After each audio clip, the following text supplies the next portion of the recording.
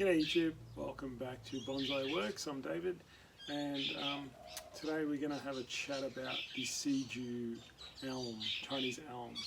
Now it's featured on my videos, on my YouTube videos for a few times now, how I trim it and etc, bits and pieces about it. I think I've repotted it for you guys as well. I've restyled it. Now this is one of the issues I have with Seiju Chinese elm. Chinese elm. The Seiju variety is a corky bark variety. You know, it gets that nice bark, but it's also got that nice, really tiny foliage. Like, it is super small. I mean, you can't even see it in the camera. It's just too small, which makes it awesome. But what also does its issue is the dieback. You get dieback over winter. As simple as that. I'm trying a few things now. Some of the things that I've learned is when I kept this in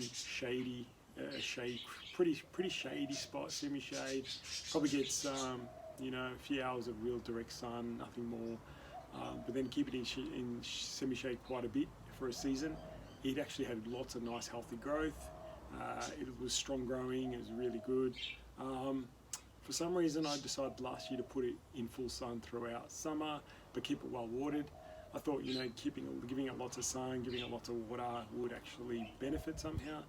I don't know if that caused the issue, but this year I had dieback, whereas previous years I didn't have as much dieback when it was in a really semi-shaded spot all year. You know, winter was pretty mild winter. It wasn't too harsh. It was pretty easy. But yeah, I'm thinking it could have been because I had it in full sun throughout the whole summer period last year. And then in over winter, it just didn't, when it came back out of spring, it just didn't come out, and some of the bits died. So not 100% sure, but that's my theory. So this year it's back in the semi-shaded spot, but it's got lots of healthy foliage and stuff on the top. But unfortunately, it's got a lot of dieback now. It's going to be, I might have to bring the camera in up close to show you some of the dieback, which is really frustrating. Some of these branches out here have gone that I'm holding, which you can hear me snap them off pretty much. See that? They just snap right off. You know, they're just dried right up, and that's one thing so annoying with Seiju elm when they do that. So I'm thinking it was because, my theory is because it was in full sun last year. Even though well watered, I have sprinklers going, everything. That's the only difference that I did from previous years, and it could be the reason. Previous years when I was in a semi-shaded spot pretty much throughout the growing season, it did really well. But this year, yeah, didn't come out so good. So I'm sure you know what dieback looks like on these guys. So it's just gonna go through it and clean it out now, and clean out all the dead bits. Then I'll know where the good bits are, the new bits, and I'll start to trim back the tree as well, bring it back in a bit more. So some things are growing too long because I want to try and keep it compact. I'm trying to get all the growth to go back in, so I don't have so much dieback. So I'm starting at the back, and I'm just going through it. All the dieback is just, it almost breaks in your fingers. It's just that brittle. So you can just go through it, and I'm just going to go through it and trim it up.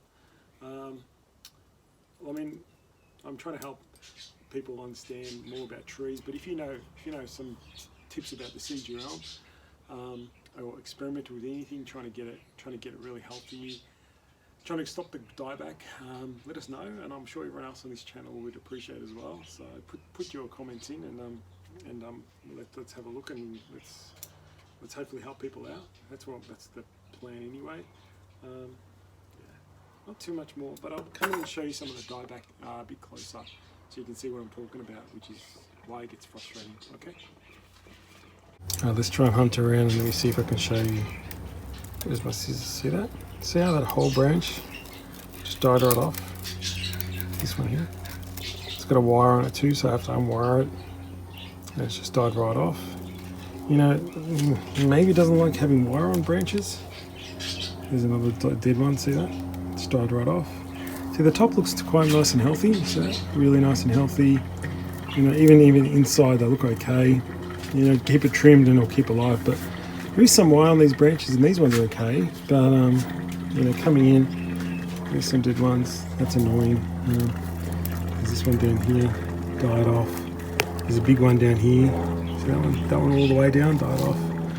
then you get stuff like this happen, where it's, see how this part's okay, nice healthy, but then it's all died off there.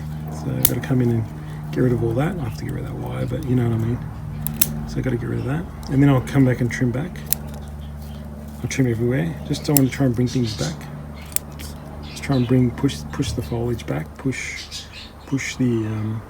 I want to make sure the inner buds are taken care of and not just have outer growth. So yeah, that's just very annoying. So I'm gonna have to go through it and just clean it up. I'll do the cleaning up now and trim back so that I get another nice flush and open up the tree again. Yeah, a bit frustrating, but what can you do? Okay, everyone. So I've just done the cleaning out of this tree. It's there's a lot more space, I guess, with this tree, and I've trimmed it back quite a bit. A bit hard to see, I haven't got the best background for it, but yeah, really this was more about how seed arms can be problematic sometimes, which is really annoying, especially how they do die back. But you know what, I'm going to try again this year, keep it in the shady spot, semi-shade.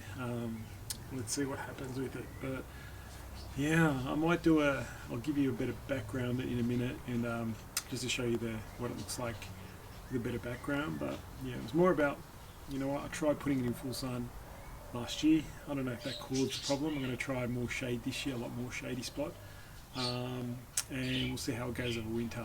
So far it had a lot of good strong growth at the top, but the dieback was there already, so you know, could have been caused over the summer, autumn, winter period. Yeah, let me put it on a nice background. I'll do a little spin for you, okay?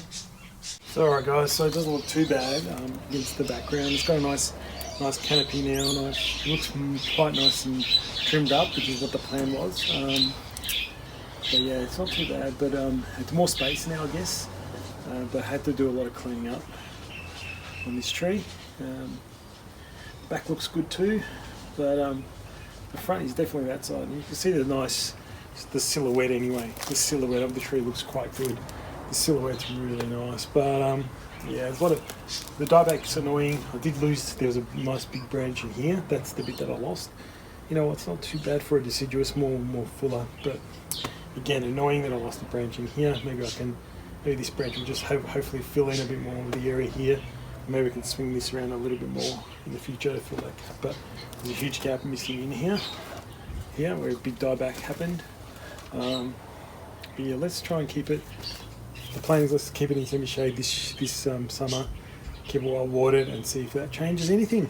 But there you go guys, hope you enjoyed the video, and I'll see you next time. Bye.